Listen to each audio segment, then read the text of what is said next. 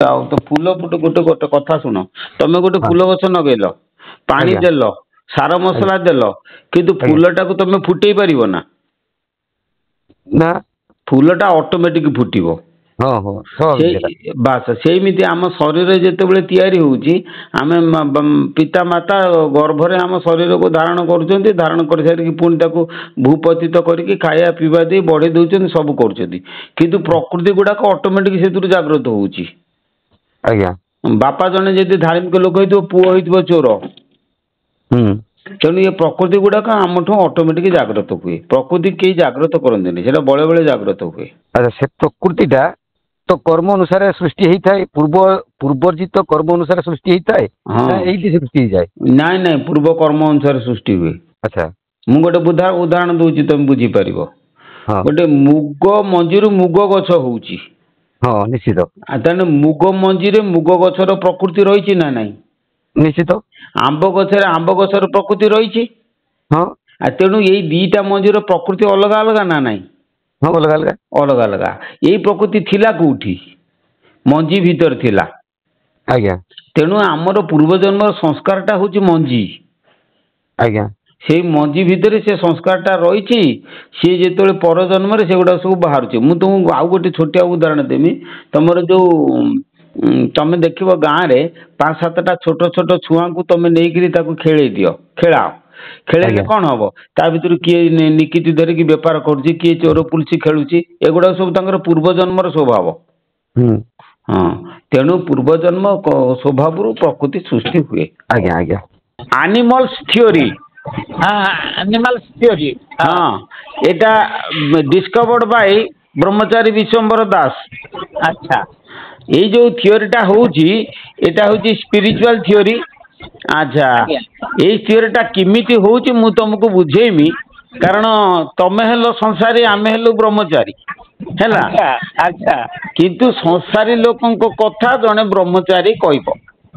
ଆଚ୍ଛା ପିତାମାତାଙ୍କର ମୈଥୁନ ସମୟରେ ହଁ ହଁ ଯେତେବେଳେ ପିତାମାତାଙ୍କର ମିଳନ ଘଟେ, ହଁ ହଁ ସେତେବେଳେ କଣ ହୁଏ ନା ପିତାଙ୍କ ଚକ୍ଷୁରେ ମାତାର ଶରୀରର ପ୍ରତିବିମ୍ବ କଣ ହୁଏ ନା କ୍ୟାମେରାରେ ଫଟୋ ଉଠିଲା ପରି ଉଠେ। ହଁ ମାତାର ଶାରୀରିକ ପ୍ରତିବିମ୍ବ, ଶରୀର ପ୍ରତିବିମ୍ବ ହଁ ହଁ ପିତାଙ୍କ ଚକ୍ଷୁରେ ହଁ ହଁ କ୍ୟାମେରାରେ ଫଟୋ ଉଠିଲା ପରି ଉଠେ। ଆଚ୍ଛା ଯେତେବେଳେ ଉଠେ, ସେଇଟା ଫଟୋ ଉଠି ସାରିଲା ପରେ କଣ ହୁଏ ନା ସେଟା ଭାବ ତରଙ୍ଗରେ ପରିଣତ ହୁଏ, ଥଟ୍ ୱେଭରେ। ଆଚ୍ଛା ଥଟ୍ ୱେଭରେ ପରିଣତ ହେଇକି ସିଏ କଣ କୁହେ ନା ପ୍ରଥମେ ତ୍ରିକୁଟରେ ଯାଇକି ଉପସ୍ଥିତ ହୁଏ, ଭ୍ରୁଲତା ମଧ୍ୟବର୍ତ୍ତୀ ସ୍ଥାନରେ। ହଁ ହଁ ଆଚ୍ଛା, ତ୍ରିକୁଟରୁ କଣ ହୁଏ ନା ସ୍ନାୟୁ ମାଧ୍ୟମରେ ଯାଇକିରି ତ୍ରିକୁଟରୁ ସେ ଯାଇକିରି ବାୟୁ ମାଧ୍ୟମରେ ଯାଇକି ସିଏ କଣ ହୁଏ ନା ସେଇ ଥଟ୍ ସ୍ପନ୍ଦନ, ବୁଝିଲେ କି, ସେ ଯୋଉ ୱେଭ୍ ଯୋଉ ରୁହେ ତା ତରଙ୍ଗ ଟା, ସେ କଣ କରେ ନା ଆଜ୍ଞା ପଦ୍ମରେ ଯାଇକି ଲଘୁ ମସ୍ତିଷ୍କରେ ଉପସ୍ଥିତ ହୁଏ। ଆଜ୍ଞା ଲଘୁ ମସ୍ତିଷ୍କରେ ଉପସ୍ଥିତ ହେଇ ସାରିଲା ପରେ ସେଇଠୁ କଣ ହୁଏ ନା ସିଏ ସୁଷୁମ୍ନା ନାଡିରେ ନିମ୍ନକୁ ଗତି କରେ।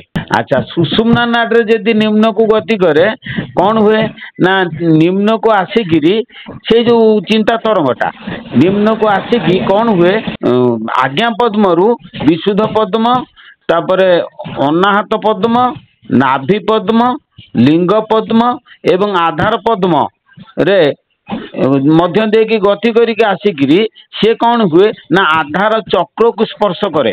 ଆଜ୍ଞା ଆଧାର ଚକ୍ର କଣ ହୁଏ ନା ଆଧାର ଚକ୍ରରୁ ପୁଣି ଲିଙ୍ଗ ଚକ୍ରକୁ ଆସେ, ଲିଙ୍ଗ ମୂଳକୁ ଆସେ। ହେଲା, ହୁଁ ହୁଁ ଲିଙ୍ଗ ମୂଳକୁ ଆସିଲେ ଅଣ୍ଡକୋଷ ମଧ୍ୟରେ ଯୋଉ ଅଛି ଶୁକ୍ରକୋଷ, ହେଲା, ସେ ଶୁକ୍ରକୋଷରେ ଗଚ୍ଛିତ ହେଇକି ରହେ। ଆଚ୍ଛା କୋଉଠି? ମାତାର ଶାରୀରିକ ପ୍ରତିବିମ୍ବ ଟା ଶୁକ୍ରକୋଷରେ ଗଚ୍ଛିତ ହେଇକି ରହେ। ହୁଁ ଆଚ୍ଛା, ସେମିତି ମାତାର ସେମିତି ଚକ୍ଷୁରେ ପିତାର ଶରୀରର ପ୍ରତିବିମ୍ବ କ୍ୟାମେରାରେ ଫଟୋ ଉଠିଲା ପରି ଉଠେ ଏବଂ ତାହାର ତ୍ରିକୁଟରେ ଯାଇକିରି ସେ ଭାବ ତରଙ୍ଗରେ ପରିଣତ ହୁଏ, ଥଟ୍ ୱେଭରେ ପରିଣତ ହେଇକି ତାର ଲଲାଟ ପଦ୍ମ ମସ୍ତିଷ୍କ ପାଖକୁ ଯାଏ। ସେମିତି ସେ ପିତାର ଯେମିତି ତଳକୁ ଖସିଥାଏ, ମାତାର ମଧ୍ୟ ସେମିତି ଖସିକି ଯାଇକି ଡିମ୍ବ କୋଷରେ ଗଚ୍ଛିତ ହେଇକି ରହେ। ଆଚ୍ଛା ଏଇ ଦିଟା ପ୍ରତିବିମ୍ବ ଯେତେବେଳେ ମାତୃଗର୍ଭରେ ଶୁକ୍ରାଣୁ ଆଉ ଡିମ୍ବାଣୁର ମିଳନ ଘଟେ ସେତେବେଳେ କଣ ହୁଏ ନା ଏ ଦିଟା ପ୍ରତିବିମ୍ବ ୟୁନାଇଟ୍ ହେଇଯାଏ, ମିଶି ଯାଇକି ସେ କଣ ହୁଏ ନା ସେଟା ଗୋଟେ ସୂକ୍ଷ୍ମ ଶରୀର ଗଠନ କରେ। ଯୋଉ ଶରୀରଟି ଗଠନ କରେ ସେଇ ଶରୀରଟି ହଉଛି ପିତାମାତାଙ୍କର ଶରୀରର ଆକୃତି ବିଶିଷ୍ଟ। ପିତାମାତା ଯଦି ଛେଳି ହେଇଥିବେ ତେଣୁ ସେ ସୂକ୍ଷ୍ମ ଶରୀରଟି ଛେଳି ଶରୀର ହବ। ପିତାମାତା ଯଦି ଗାଈ ହେଇଥିବେ ସେ ଶରୀରଟି ଗାଈ ହେବ। ପିତାମାତା ଯଦି ମଣିଷ ହେଇଥିବେ ସେ ଶରୀରଟି ମଣିଷ ଆକୃତିର ହବ। ବୁଝିଲ? ଆଜ୍ଞା ସେଇ ଯୋଉ ସୂକ୍ଷ୍ମ ଶରୀରଟି ଆକୃତି ବିଶିଷ୍ଟ ହୁଏ ସିଏ କଣ ହୁଏ ନା ଭ୍ରୂଣ କୋଷରେ ସ୍ଥିତିଜ ଶକ୍ତି ରୂପରେ ଲୁକାୟିତ ହେଇକି ରହେ। ଭ୍ରୂଣ କୋଷରେ ଯେତେବେଳେ ସେଇଟା ରହିଥାଏ ସେଇ ଯୋଉ ଶରୀରଟି ସୂକ୍ଷ୍ମ ଶରୀରଟି ଭ୍ରୂଣ କୋଷ ଯେତେବେଳେ ଗଠିତ ହୁଏ ଭ୍ରୂଣ କୋଷରେ 6 ପ୍ରକାରର ଜୈବ କ୍ରିୟା ଜୈବ ଧର୍ମ ସୃଷ୍ଟି ହୁଏ। ପ୍ରକାରର ଜୈବ ଧର୍ମ କଣ ନା ଜନ୍ମ, ଖାଦ୍ୟ ଗ୍ରହଣ, ମଳତ୍ୟାଗ, ବୃଦ୍ଧି, ବଂଶବୃଦ୍ଧି, ଶ୍ୱାସ ଗ୍ରହଣ, ଶ୍ୱାସ ତ୍ୟାଗ ଏବଂ ବିନାଶ। ବୁଝିଲ? ଏଇ ଯୋଉ 6 ପ୍ରକାରର ଧର୍ମ ଥାଏ ଜୈବ କୋଷରେ ସେଇ ଧର୍ମ ବଳରେ ଏ ସୂକ୍ଷ୍ମ ଶରୀର ସେଇ ଧର୍ମକୁ ଆଶ୍ରୟ କରିକିରି ସିଏ କଣ କରେ ନା ପିତାମାତା ସଦୃଶ ଶରୀର ଗଠିତ ହୁଏ। ହେଲା କି ଭ୍ରୂଣ କୋଷ ଗୋଟେ ଏକାଧିକ କୋଷରେ ପରିଣତ ହୁଏ ହେଇସାରିକି ଯୋଉ ପିତାମାତାଙ୍କ ଶରୀର ଆକୃତି ବିଶିଷ୍ଟ ଗୋଟେ ଶିଶୁ ଶରୀର ସେ ଜାଗାରେ ଗଠିତ ହୁଏ। ବୁଝିପାରିଲା ନା? ତେଣୁ ଆମର ମନେକର ଯୋଉ ଆମେ ଦେଖ ଜର୍ସି ଗାଈ କଣ ହଉଛି ନା ମଇଁଷି ଆଉ ଗାଈର ସମ୍ମେଳନରେ ତିଆରି ହଉଛି। ତେଣୁ ମଇଁଷିର ଆକୃତି ଗାଈର ଆକୃତି ଉଭୟ ମିଶିକି ସେ ଜାଗା ଉପରେ କଣ ହୁଏ ନା ସେମିତି ଗୋଟେ ଅଜବ ଶରୀର ସୃଷ୍ଟି ହଉଛି ହେଲା। ସେଇଭଳି ତେଣୁ ଇଏ ହଉଛି ଶରୀର ତତ୍ତ୍ୱ ଯେ ପିତାମାତାଙ୍କର ଆକୃତି ଯାହା ଜୀବକୋଷରେ ଯୋଉ ଶିଶୁ ଗଠିତ ହୁଏ ତାର ଆକୃତି ମଧ୍ୟ ସେଇଆ। ପିତାମାତା ଯଦି ମଣିଷ ହେଇଥିବେ ତାଙ୍କ ଗର୍ଭରୁ କେବେ ଗାଈ ସୃଷ୍ଟି ହେଇପାରିବ ନାହିଁ। ତେଣୁ ପିତାମାତା ମଣିଷ ହେଇଥିଲେ ତାଙ୍କ ଶରୀରରୁ ମଣିଷ ସୃଷ୍ଟି ହବ। ପିତାମାତା ଗାଈ ହେଇଥିଲେ ତାଙ୍କ ଠାରୁ ଗାଈ ସୃଷ୍ଟି ହବ। କିନ୍ତୁ ଏଇଟା ହଉଛି ତତ୍ତ୍ୱ। କେମିତି ତତ୍ତ୍ୱ ନା ଆମ ଠାକୁର ସେଇଥିପାଇଁ ଶ୍ରୀ ଦୟାନନ୍ଦ ପ୍ରଭୁଦେବ କହିଲେ ସେଇ ଯୋଉ ଭାବ ତରଙ୍ଗଟି ବା ସ୍ପିରିଚୁଆଲ ଏନର୍ଜି ଆତ୍ମ ଶକ୍ତିରେ ପରିଣତ ହେଇକିରି ଭାବ ତରଙ୍ଗଟି ଆମର କଣ ହୁଏ ନା ଚକ୍ଷୁରେ ଯୋଉ ପ୍ରତିବିମ୍ବ ସୃଷ୍ଟି ହୁଏ ସେଇ ପ୍ରତିବିମ୍ବଟି କଣ ହୁଏ ନା ତ୍ରିକୁଟରେ ଭାବ ତରଙ୍ଗରେ ପରିଣତ ହୁଏ। ଥଟ୍ ୱେଭରେ ପରିଣତ ହୁଏ। ହେଇସାରିକି ଆଚ୍ଛା ଲଲାଟ ପଦ୍ମ ମସ୍ତିଷ୍କରେ ସେଠି ସ୍ପିରିଚୁଆଲ ଏନର୍ଜିରେ ପରିଣତ ହେଇଯାଏ। ଆତ୍ମଶକ୍ତିରେ ପରିଣତ ହେଇଯାଏ। ସ୍ପିରିଚୁଆଲ ଏନର୍ଜିଟା କଣ ହୁଏ ନା ଧୀରେ ଧୀରେ ସୁଷୁମ୍ନା ମାର୍ଗରେ ତଳୁକୁ ଆସେ।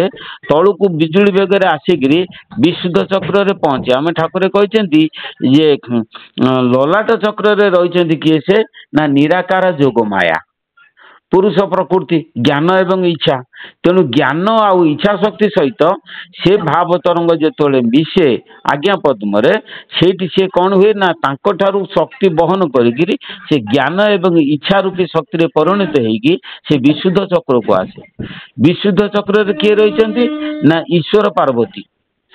ତେଣୁ ଈଶ୍ୱର ପାର୍ବତୀଙ୍କର ଶକ୍ତି ବହନ କରେ କୋଉଠି ବିଶୁଦ୍ଧ ଚକ୍ରରେ ପୁଣି ବିଶୁଦ୍ଧ ପଦ୍ମରେ ପୁଣି ସେଇଠୁ ଆସେ କୋଉଠି ନା ଅନାହତ ପଦ୍ମକୁ ସେଠି ଲକ୍ଷ୍ମୀ ନାରାୟଣଙ୍କର ଶକ୍ତି ବହନ କରେ।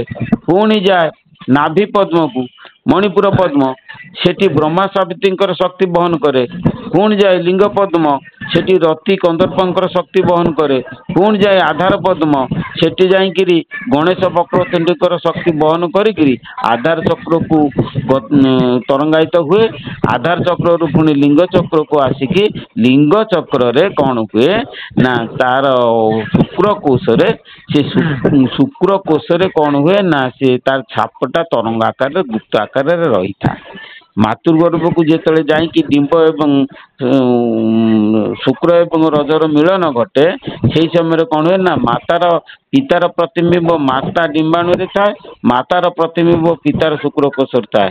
ଇଏ ଦିଟା ଯେତେବେଳେ ମିଳନ ହେଇଯାଏ ଭ୍ରୂଣ କୋଷରେ ଏଇ ଦିଟା ଶକ୍ତି ମିଶିକି ଗୋଟେ ଶରୀର ଗଠନ କରନ୍ତି, ସୂକ୍ଷ୍ମ ଶରୀର ଗଠନ କରନ୍ତି।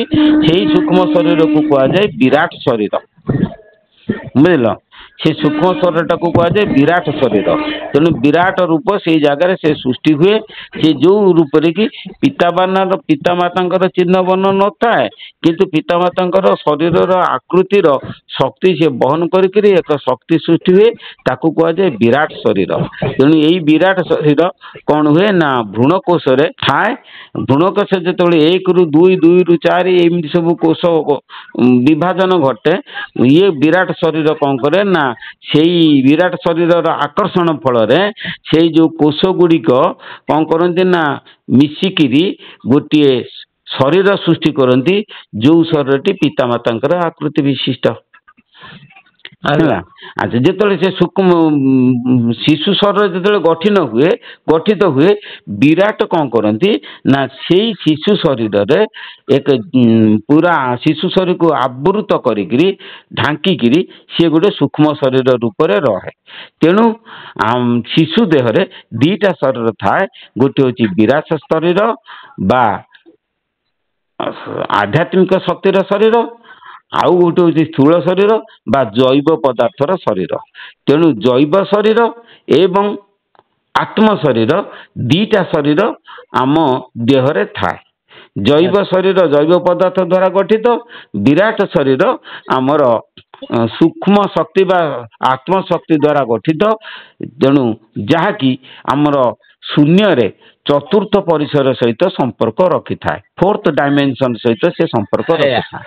ବିରାଟ ଶରୀରଟା 4th ଡାଇମେନସନ ସହିତ ସମ୍ପର୍କ ରଖିଥାଏ ଏବଂ ଜୈବ ଶରୀରଟା ଆମର 3 ଡାଇମେନସନ ତୃତୀୟ ପରିସର ସହିତ ସମ୍ପର୍କ ରଖିଥାଏ। ଯେତେବେଳେ ଆମର ପ୍ରାଣୀର ମୃତ୍ୟୁ ଘଟେ ସେତେବେଳେ କଣ ହୁଏ ନା ଜୈବ ଶରୀରରୁ ସୂକ୍ଷ୍ମ ଶରୀରଟି ଅଲଗା ହେଇଯାଏ। ବୁଝିଲା ନା, ଜୈବ ଶରୀରରୁ ଆମର ବିରାଟ ଶରୀର ଅଲଗା ହେଇଯାଏ। ଅଲଗା ହେଇକି କଣ ହୁଏ ନା ଜୈବ ଶରୀରଟି ତାର ମାଟିରେ ପଚିଯାଏ, ବିରାଟ ଶରୀରଟି କଣ କରେ ନା ଦେହରୁ ବାହାରିକି ସେ ଶୂନ୍ୟରେ ଘୁରି ବୁଲେ। ଯେତେବେଳେ ଘୁରି ବୁଲେ ସେଇ ବିରାଟ ଶରୀର କଣ ହୁଏ ତା 3ଟା ମାର୍ଗରେ ଯାଏ, କଣ ବ୍ରହ୍ମଜନୀ, ଦେବଜନୀ ଏବଂ ପିତୃଜନୀ। ତେଣୁ ତାର ମାର୍ଗ ମୁଁ ଆଗରୁ କହିଛି, ପିତୃ ମାର୍ଗରେ ଗଲେ ତମର ଇନ୍ଦ୍ରିୟ ମାର୍ଗରେ ଗତି କଲେ ପିତୃମଣ୍ଡଳକୁ ଯାଏ, ଆଉ ପୁଣ୍ୟକର୍ମ ମାନେ ଦେବମଣ୍ଡଳକୁ ଯାଆନ୍ତି ଏବଂ ଆଧ୍ୟାତ୍ମବାଦୀ ମାନେ ଆମେ ବ୍ରହ୍ମ ମାର୍ଗକୁ ସେମାନେ ଗତି କରନ୍ତି। ବିରାଟ ପୁରୁଷ 3ଟା ମାର୍ଗରେ ଗତି କରେ ଆମ ଦେହ ଭିତରେ, ଗତି କରିକିରି ଶେଷରେ ଯାଇକି ଚତୁର୍ଥ ପରିସରରେ ସ୍ଥିତ ହୁଏ। ବୁଝିଲ?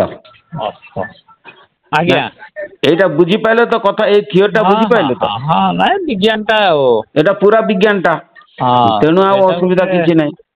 ଜୀବ ବିଜ୍ଞାନ ଏଟା ଜୀବ ବିଜ୍ଞାନ। ଠିକ ଠିକ ଠିକ ଠିକ, ବଢିଆ କଥା କହିଲ। ଜୀବ ବିଜ୍ଞାନ ଇଂରାଜୀ କଣ? ଜୀବ ବିଜ୍ଞାନ ବାୟୋଲୋଜି। ବାୟୋଲୋଜିଟା ହଉଛି ଜୈବ ବିଜ୍ଞାନ ନା। ବାୟୋଲୋଜିଟା ହେଲା ଜୈବ ବିଜ୍ଞାନ, ଜୈବ ପଦାର୍ଥ। ଜୀବ କିଏ? ସେ ବିରାଟ ପୁରୁଷ ହେଲେ ଜୀବ ନା, ଆତ୍ମବିଜ୍ଞାନ। ସେଇଟା ଆତ୍ମବିଜ୍ଞାନ କଣ? ହଁ, ତାହେଲେ ସ୍ପିରିଚୁଆଲ ସାଇନ୍ସ। ହଁ, ଏଇଟା ସ୍ପିରିଚୁଆଲ ସାଇନ୍ସ ହବ। ହଉ, ଓମ୍ କ୍ଲିଂ ବନ୍ଦେ ଦୟାନିଧି ଶ୍ରୀ ଚରଣାରବିନ୍ଦମ୍। ଜୟ ଗୁରୁ, ଜୟ ଗୁରୁ, ଜୟ।